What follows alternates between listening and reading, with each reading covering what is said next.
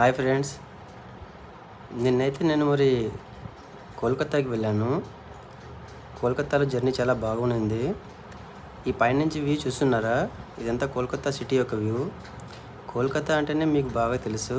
మనకు ముందు గుర్తొచ్చేది మదర్ తెరిసా, రవీంద్రనాథ్ ఠాగూర్జీ వాళ్ళు.